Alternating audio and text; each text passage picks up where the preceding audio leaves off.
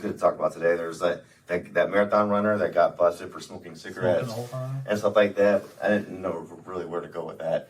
And then there's like the whole WWE Raw going to Netflix. But we kind of talked about that the last time, like with the whole streaming stuff or whatever. So I went on Reddit, and there is a guy who makes a pretty good argument saying that all gambling and sports betting should be banned and illegal because it's a huge societal problem, and it's exploiting a lot of people that are out for hope and stuff like that. And he believes that it is it's affecting sports more than we think it is. People like shaving points, that kind of stuff. They're like, that's what there's a lot of people that are really big on they're really big on the NFL being scripted right now. There's some people that already believe that the NFL straight up told us who's going to be in the Super Bowl this year based on the color of the logo, because they did like the color of the logo like the last 3 years, and it's been like on point each time. So a lot of people are thinking like gamble. It's versus Eminem though, right? Yeah, that'd be awesome. Is that what it is? That should be the halftime show if you ask me. But there's a lot of people that think that ever since now that sports betting has become more of like a normalized thing, that it's hard to trust sports. What about other parts of the world where it's been normalized for a long time? Like, I've never been there, but doesn't England have like just like everywhere? Yeah, we would walk like down like the market towns, like the street and whatnot, and it would, I kid you not, like every fourth store, every storefront was a betting place. It was like incredible. Like the amount of places that you could go. You can do it at the stadium. At Old Trafford, you can go place your bets. Yeah. So I think that would be a relevant point. I don't know the data or the sentiment on places where sports betting has been saturated for much longer. If it's still they're shaving or they're tossing stuff, and also like, I guess, how does that really matter? Do you enjoy it any less? Yeah. I mean, wrestling's pretty scripted. People love that. That's true. Can you bet on that? I enjoy it. Because I know we had. You can. I think there are some places where you can bet. I mean, you can bet on anything with a friend nearby. Like legal places. Like even if they know, I think the general public doesn't really know. During one of the pay-per-views of WWE like a year ago, I did see an ad where it was like DraftKings, where you could bet on the WWE, but it wasn't outcomes. It was like who was going to be the first to use a chair, or who was going to be like the, you know what I'm saying, or which match was going to end up fighting in the crowd or something like it was like stuff like that. But like, I read an article, I think it was on the Wall Street Journal recently, and it was either like a boxer or MMA or some sort of fighter person. You hear about this, Josh? Like the manager of the fighter makes like huge bets on the side of his fighter. James Krause. Yeah, it was like 100 grand on it. It was a large amount. Yeah. And I guess it's not in, so many sports it's super tightly regulated, but in that it's like, fine. Good luck. Yeah. And I don't think it's that big of a deal. Yeah. Regardless, but I think like a lot of things, the people that get hurt in those systems, as far as the well-being, are the ones that can afford it the least. Probably no more bad than gambling in general. Yeah. Yeah, I think gambling just in general, it doesn't matter what you're gambling on. I feel like if you're not mentally, if you can't grasp it, it's not going to be good for you no matter what it is. Well, it's an addiction like Yeah. everything else. So if there wasn't gambling to be addicted to, they would just find something else, because it's part of like your chemical makeup. Yeah. And I've been around a lot of people that have had gambling addictions, and that is just not like, it's when saying it's almost, I don't know, it's almost not enough to say that they're addicted. Like they are really, it's like they're dependent on it. Like that's how they like. Well, it's a drug. Like, yeah. You still get the same effect. Yeah. It's just different category. Yeah. I mean, I worked with a guy who had the lottery receipts that were just like flowed up to his all the way up to like sea level. All the way up to his missed mortgage payment. Yeah, and I was just like, how can you not look at that and say, I have a problem? You know, but Yeah. it's like he probably does realize he has a problem, Most people are aware. but they don't care that it is. They don't. Or I mean, it's hard to stop those cycles. Yeah. They might care, but they might Don't know how. not know how to stop. Yeah. Just like anything else. Kind of be unable to. Or you can think you can function just enough. It's just the same, like just being a drug addict. Yeah. You know, you think you can just function. See, and I would think if it was less accessible, so like I'm a good example of this. You guys know my sports betting career, 1 game per year and I'm 3 for 3. But I would have never like gone to a place or some sort of way if I couldn't like sit on my couch and do it on my phone. I don't think I ever would have. Yeah. So I don't know how many people are like me, because I'm sure like people that have been, there's sports betting's been around for a long time in lots of different legal groups of it, but it's hard to argue that the accessibility and ease of it doesn't pull more people in that might not be in it. Definitely. I mean, I've thought about it before, but I was like, no, I don't want to open that can of worms. I don't want to either. It's like, well, I do just the one time, and then I can scratch that itch once. I thought about that too, but do you have to have is a gambling license? Is that a thing that you have to get? For the gaming people, yes, not for people, no. Not for people. I haven't done it since like the day before Super Bowl last year, but back then it was I think it was FanDuel I did, and you have to use like your GPS so they can make sure you're in a state where it's legal. It's actually pretty cool technology.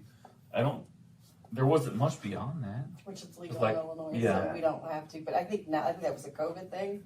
But I think now you actually have to physically go to a place and register or whatever. With like the Really? Yeah, Really? yeah. I've had friends who talk about it. Really? I have to go to a place. I'm not Yeah, gonna do see, it now. and I can't ever see myself wanting. I don't even want to go to the DMV when I have to. And the only reason I know this is because that's why Matt is signed up. That's why Matt does like little tiny gambling, is because he was able to do it from his phone, the accessibility. He's like, if I had to go to like, where's some other place called the horse track? Then I might have already retired with 100% win rate. Oh, you can go to the casino too. Yeah. I don't know. See, when I go to the Queen or anywhere, I just look at it as it's entertainment. Whatever I brought, that's what I'm spending. That's my limit. If I spend it all in 5 minutes, then so be it. Like that's how I treat it. Now I know that's easy for me because You don't have an issue. I don't have an issue and stuff. But the one time we went and played I think it was my bachelor party or Blackjack or something. Blackjack. I was loving that. I was having fun with that. There was something about playing, and then you had a crowd, and you had people watching. It was actually really cool. But I think I want you were there. I won like 5 hands in a row, but then suddenly I lost like 3, and I'm like, okay, I'm done. I've only played slots once. Yeah, 20 minutes. Won $20. yeah, Top of my $20 that I had, so it came out with 40. I was good.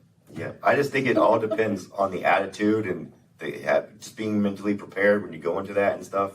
But I mean, I know that's easier said than done. Yeah, if you have an addiction or if you have that. Mm-hmm. See, and I kind of fall on both sides of it because I'm a big proponent of personal choice. Yeah,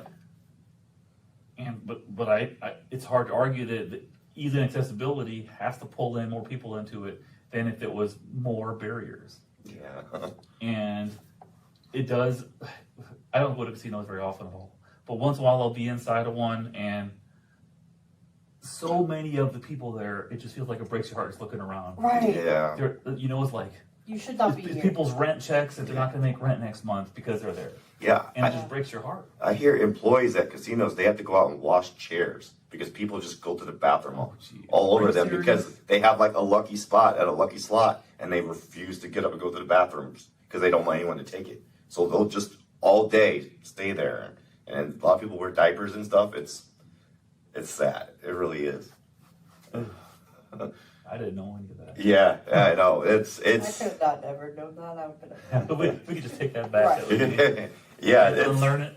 It is crazy, but like I do like the freedom of choice. And if somebody is able to make a career out of it, then good for them. Like if they're able to like be a high stakes poker player. Well, that's playing against other people, though. You have Yeah. a chance playing against people. That's You true. don't have a chance playing against odds. You'll lose How so long-term is it? eventually. Yeah, versus the casino. You Yeah, mathematically guaranteed they'll win more than they lose. you Big versus picture. 5 players or against a whole casino. Yeah, those poker tournaments, like the World Poker tournaments and things, so that's different. But you're playing against people, so you have a chance to Yeah. be better than Yeah. somebody.